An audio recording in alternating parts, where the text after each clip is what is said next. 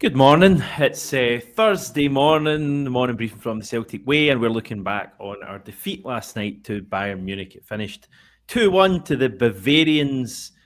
It's not a good result, John, in terms of our hopes of making the last 16 of the competition. But fair to say there's positives to be taken from parts of last night as well. So we'll get into it all. How are you? Yeah, not bad, Hamish. Hello, everyone. Good morning to everyone. Hope everyone's doing well after last night. Yeah, I'm feeling okay about the performance in general. Obviously, have the slight frustrations that everyone else has. The kind of the moments where Celtic slept a little bit, and especially for that Kane corner, it's been giving me nightmares. Just the way we conceded that goal at the corner wasn't. It's not what you can't do that at this level. But I think you're right. I think overall, I think Celtic showed a good account of themselves, especially in that second half, especially when they went 2-0 down, which again is a good sign of the resilience and the spirit in this team. So we'll get stuck into it all. Yeah, I mean, I always think it's tough to weigh up how you're feeling after Celtic defeats because it's not a feeling we get very often. And by the way, I mean, I think that's three defeats we've had in 2025 now, which sums up what an incredible year 2024 was, only having two the whole calendar year, so we were spoiled. But you don't kind of get to feel it very often, and it's difficult when it's a game that, with all due respect, we're probably expected to lose. And you're up against a team who are levels ahead of us. Like, let's not get away from it. Bayern Munich are a top team with world-class players all over the pitch, and they looked like that. I thought for parts of last night. I thought especially first half, after the disallowed goal, they completely controlled the game, and I just thought that was a very obvious tactic just to take the life out of Celtic Park. And the life returned on a few occasions. There was a moment near the end of the first half where we nicked the ball a few times and you saw everyone getting up. And obviously in the second half on a few occasions, especially when we got our goal.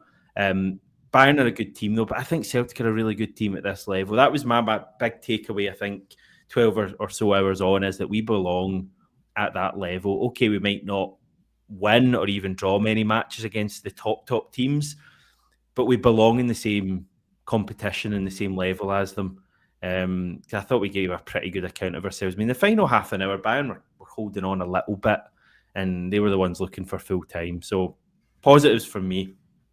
Yeah, I think it started so ferociously with that Kuhn effort that went into the back of the net, and I think that actually ended up damaging like Celtic's early momentum because you felt Celtic Park had built itself into a bit of a frenzy, and then the players are feeding off that and started so brightly. The goal goes in, and everyone's just going wild, and then just immediately, obviously, it's offside. There's no argument that it's offside, but that just kind of allowed Bayern to take their breather and build themselves into the game, build their possession up against Celtic. And actually, the first 20 minutes or so kind of went how I thought it was going to go in terms of Bayern trying to figure out Celtic just being quite cagey, but dominant in possession, where Celtic have to kind of get into their set positions and be disciplined, which is fine. I don't really mind that.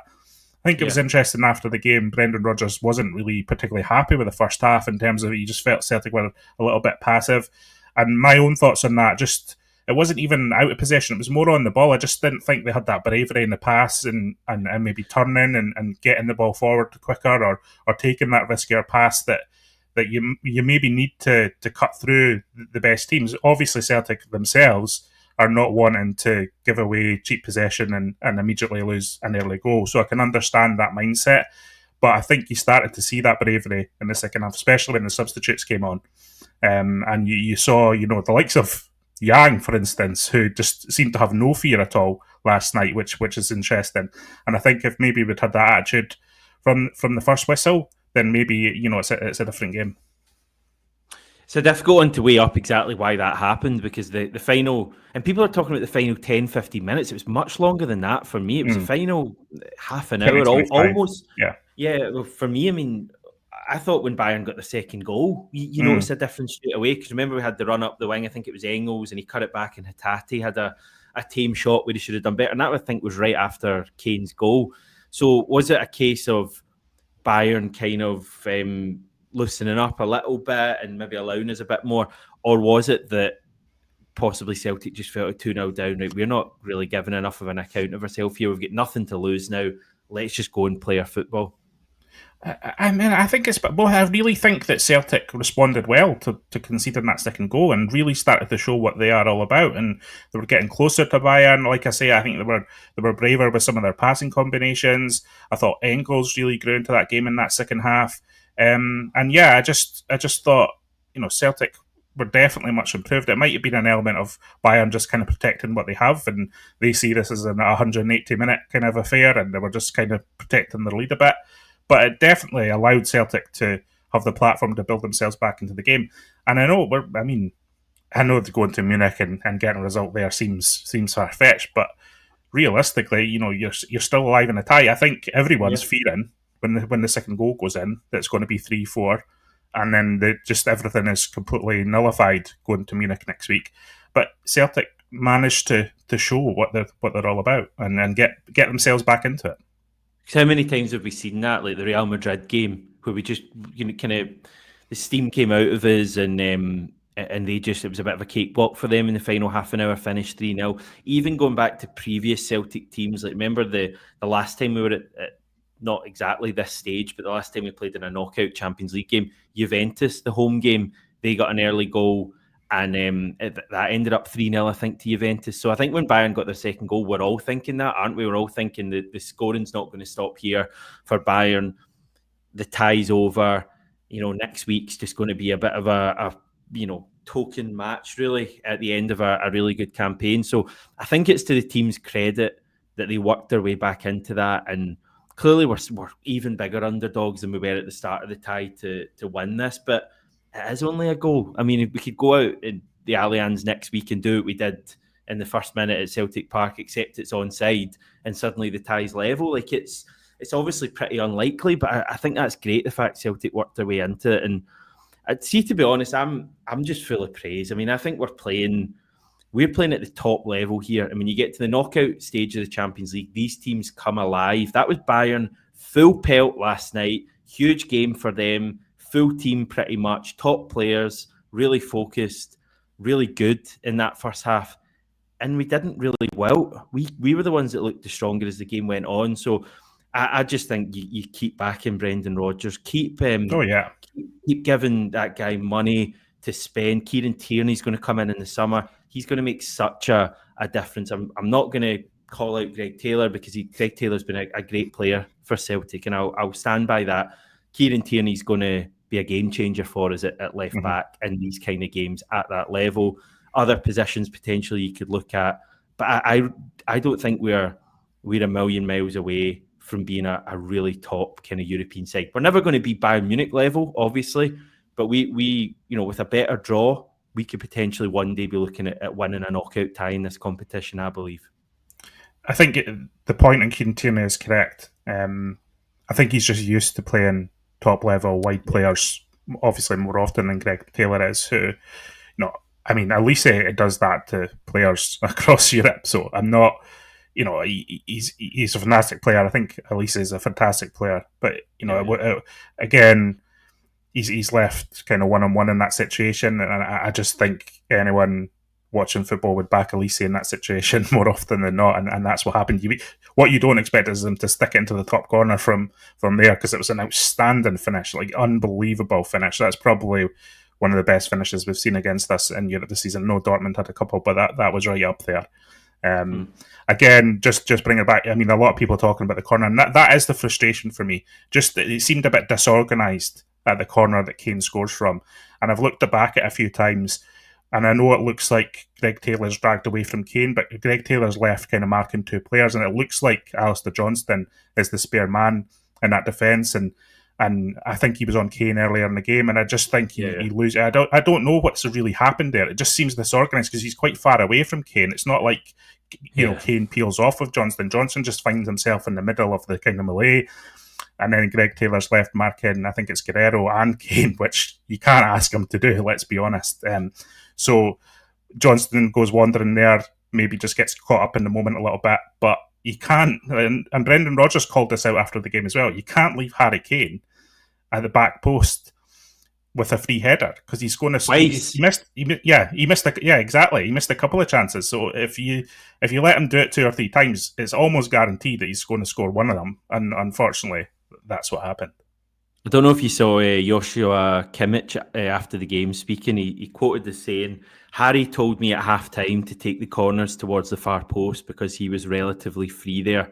I'm happy it worked and we got a goal." So, clearly Kane had spotted that he had an advantage there.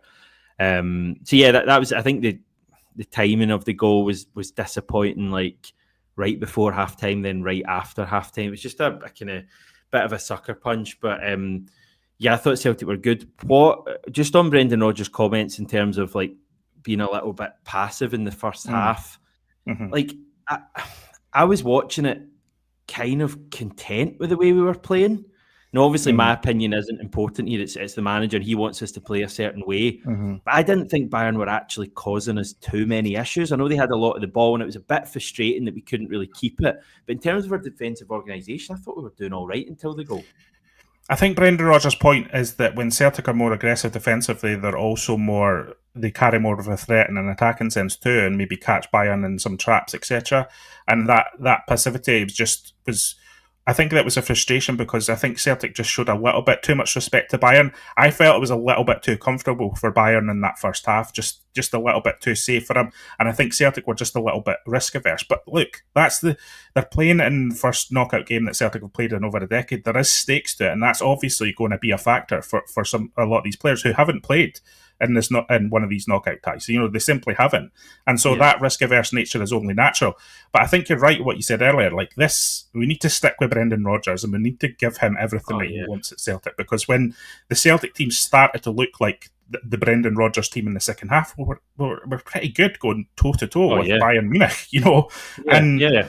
And once they started doing what Brendan Rodgers was happier with, and as I say, looking more like a Brendan Rodgers team, then Celtic are in good shape. And again, it's just about learning in those moments and understanding in the first half of games that you can't really be too passive. You've got to take the game to Bayern Munich. You've got to be in their faces, and you've got to try and create that little bit of chaos that you can capitalise on. Because I thought Bayern were actually pretty open at the back, and there was opportunities to kind of maybe trap them a bit more and turn over possession. And suddenly, you've got Kuhn, you've got Maeda, you've got Ida at that point, kind of bearing down on them.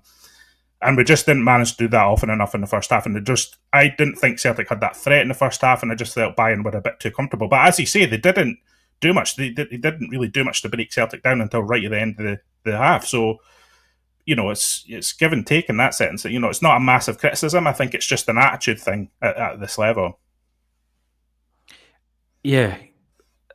Because, when it goes 2-0 and we then play like that, you're right, it was a joy to watch. After we got the goal, that passage of play we had, remember Hatate, I think, had the shot that was blocked, and it's like, oh my God, like this might actually go to 2-2 here for the second time in 2 Champions League games. Like, we properly had Bayern kind of worried at that stage, I would say. And it's like, are we capable of that at 0-0? You would look at the first minute and think, yeah, because that was a fast start. So why then did we kind of go retreat almost? Was it that we just couldn't keep a hold of the ball? And is that the issue? How do you get out of that? Is it a case of just, you kind of press a bit more like they were pressing? And I have to say, I thought Bayern were they were obviously very tidy and comfortable on the ball, but I just think off the ball as well, they were just so good at cutting off Celtic's passing options and really pushing Celtic back into their own half. It went back to Schmeichel quite a lot in that first half, and that's credit to Bayern and their quality, then their tactical awareness, which obviously they have. They have a real intelligence to their game. And I thought that was really apparent last night as well. So you've got to say that as well. I still feel that's an issue for us in games that when teams really come after us, like last night, I sometimes kind of wonder what the outball is. And like we saw it at Ibrox, it was really bad at Ibrox at the start of the year. And I know that was an off day. The cup final against Rangers was similar. I think Aston Villa at times in the first half, maybe second half as well, was similar. It's like when teams really come after us, I sometimes think we struggle to be able to play through. And I'm like, what's the kind of solution there? Is it a bit more steel, potentially? Someone who... Because I thought Engels did that a bit last night. There's a couple of times when Engels would get it and he would turn and play. I thought Engels, for me, had a good game generally. Just had a few things that annoyed me, a few slack things. I thought Hatate had a really good game. I know it's a weird one because I'm seeing people online saying Hatate was terrible, but I thought Hatate had a good game. I thought McGregor was pretty good last night as well. It was funny, and last night on the show, the live show, Tony was not having Hatate at all, and Ryan was kind of defending Hatate a lot, and it was a kind of schism between the two of them, and then it kind of drifted over into the comment section as that. It seems to be a real divisive opinion what Hatate offered last night. I felt Hatate grew into the game as the game went on, and you know, I think we started to see that a lot more from Hatate. Is that he kind of, his second halves are sometimes better than his first halves now. Like I do think he, as games wear on, I think Hatate comes into it more. What I want to see from Hatate is just attack the game and be more involved in the game in the early stages of it. And I've just felt he was just another one who was a bit too safe in possession for me a lot of the times. And yeah, there'll be people who are saying, you know, Hatate was rotten last night, and that's fair. I think it's a bit of both for me. I think Brendan Rodgers' message ahead of next week is don't be scared. Let's just go at it. And I think the team will take confidence from the final half an hour. Okay. Comments, Danny Boy. What is wrong with some of you? Taylor was up against world class opposition, and if you believe his heart's not in it, I wonder why. Big Dom, reality check. Bayern are pure football royalty and one of the wealthiest clubs in the world. I do think that's a point we should probably stop for a second and just realise we were playing Bayern Munich last night in a Champions League knockout. That's kind of as hard as it gets. And Celtic acquitted themselves pretty well, I would say. But the thing is, I think we can be better as well. That's why, I mean, you know, you keep backing Brendan Rodgers. You allow these players to keep learning at this level. And I think the best is yet to come. Right, Natalie, do you think it was it a penalty? I know there's a bit of chat and people saying it wasn't a penalty. I'm well aware that I'm biased, so apologies for that. I think it was a penalty. I think he stands on Engels' ankle or foot, possibly. I know he gets the ball, but this time last year or whenever, we're getting told that with the Alistair Johnson, Fabio Silva one, that getting the ball doesn't massively matter if you impede the player. I thought it was a penalty. I was staggered when the referee went over and then didn't give it. It was a really strange set of events. First of all, it's strange in the UEFA games for it to take that long. It's usually a lot slicker than that in the European games.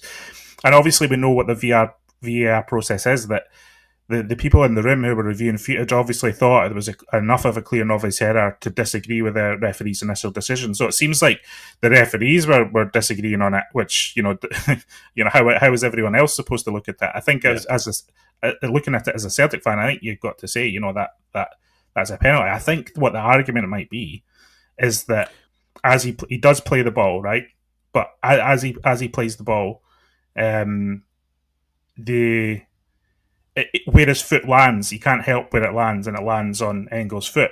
And so I think from the referee's perspective, he's seen that as a natural motion to play the ball. He gets the ball and his foot lands, and he doesn't change direction, and he's, you know, etc., etc. But I think that is given a lot of the time. And I think if the referee spotted it initially, and I think he missed it initially, I think if he'd spotted it initially and given the penalty, I don't think it's overturned. And that's where the frustration lies, because you start getting into disagreements between referees, then how is it supposed to go? The referee clearly saw it one way, and I think a lot of the people saw it another way, including yourself. It was very frustrating, because I think that penalty, you get that penalty quite a lot, I think. You know. Well, listen, at risk of being called paranoid, if Bayern Munich get that kind of thing next week at the Allianz, I am certain that is given. Totally certain. Yeah. The UEFA explanation that they flashed on the screen, I think there's a bit of an issue with fans not really knowing what was going on at the time. I don't think there was actually an announcement initially. The UEFA kind of explanation, the on-field decision confirmed, no penalty, no foul. Bayern München's player number 2 played the ball in a fair manner before the contact between players. Yep. So that's the reason we know that. That's the reason it wasn't given. It's frustrating. It was one of those last night.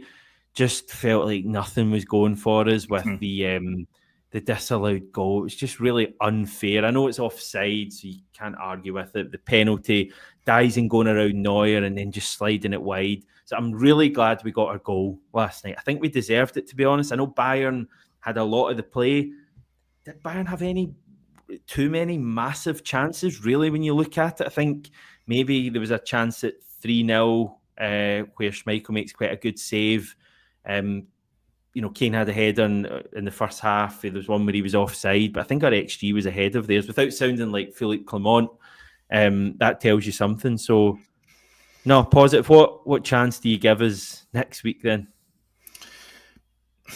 It's clearly difficult, isn't it? I do think it's difficult. I think if Celtic go into the game with the attitude that they had in the final half an hour, then it bodes better than what we saw. You risk being blown away though if you go in all out and go after Bayern in their own turf. Do we need to maybe play a bit cautious?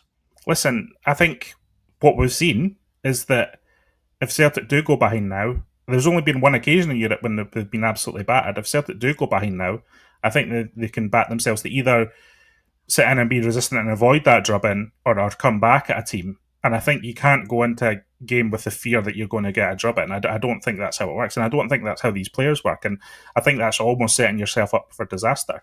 I think Celtic will go...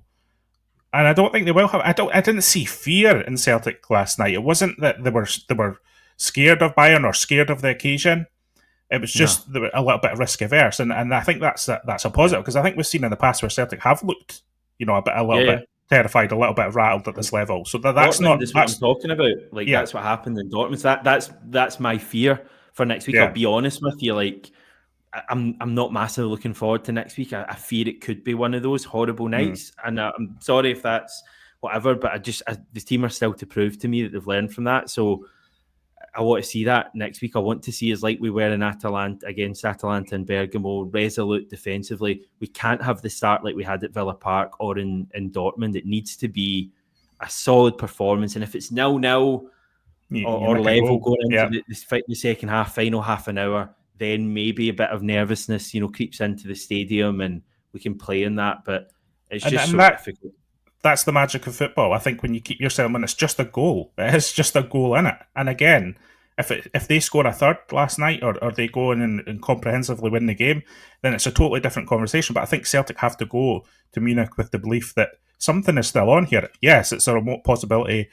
No neutral will be backing them to do it. But, the stranger things will happen in football when there's just a goal in it. And Celtic, if it's more like Atalanta than Dortmund and Celtic are in the game and battling and you can nick that goal, things can change quickly in football. And we saw last night, it could have easily been drawn. The game could have drawn last night. Celtic could have nicked an equaliser. It was just fine margins at that moment where the ball comes across the Jota and you just feel like it's going to get onto the end of his foot and it's inches away. And those are the small margins. So Celtic have to go there with that belief that something magical can happen. Yeah. So we'll see next week. I'm glad that it's still alive though. I'm glad we can look forward to it. And listen, next Tuesday morning, John, you know what I'll be like? I'll be dreaming of, I'll be trying to convince everyone that the impossible can happen and we can, it's just a 1-goal victory, takes it to extra time, penalties, and who knows. So I'm bottom line, I'm glad that all the fans going over to Munich and they're going to get to the game. I'm glad that it matters. And they're going over there for a proper match with something riding on it, because if it had even been 2-0 or 3-1, you're going over next week trying to convince yourself that the impossible is possible. Whereas as much as it's unlikely, next week 1-goal deficit, it's not impossible for me. So we've got another game to look forward to. Fair chance it's our final European match, but if we do bow out to Bayern Munich, there is no disgrace in that at all. And I think the best is still to come of this team. You just want a European Super League, don't you? So we could play all these teams all the time. Because how good was last night seeing Kane and Musiala and all of these guys at Celtic Park? It does. It feels good at the European level, and I think over the course of what will be 10 games in the end, probably, I think there's real signs of progress from Celtic in Europe, and I think Brendan Rodgers has done a great job in that regard. I think if you recall, Brendan Rodgers coming back to Celtic, the big question mark was, can he actually make a difference in Europe? People kind of perhaps see that as his weakness in terms of European football. Not just at Celtic, but other clubs too. He's never particularly done well in European football, but I think he came back with that mission, and I think he's delivering on that so far. I think there is definite progress, and I think there's room to get better too. It's not like Celtic are the finished product here. Like you said, Tierney's coming in. We might make a couple of moves in midfield during the summer that might increase Celtic's competitive in that area. We've got the resources, we've got the manager, and it's just about putting those two things together now and building a team that can do even better over the course of 8 and potentially 10 games next year. Obviously, we might have to qualify in the summer, which throws a little bit of a spanner in the works. But you would back Celtic at this stage because I think they've shown that they're capable of competing. I don't think there's, I think for a few years there was definite mentality issue with Celtic in Europe, whether it was qualifiers or the group stage, but I think we've overcome that. I think Brendan Rodgers instilled something else in this group of players, and I want us to see that through with Rodgers at the helm, with the resources given to him to improve more.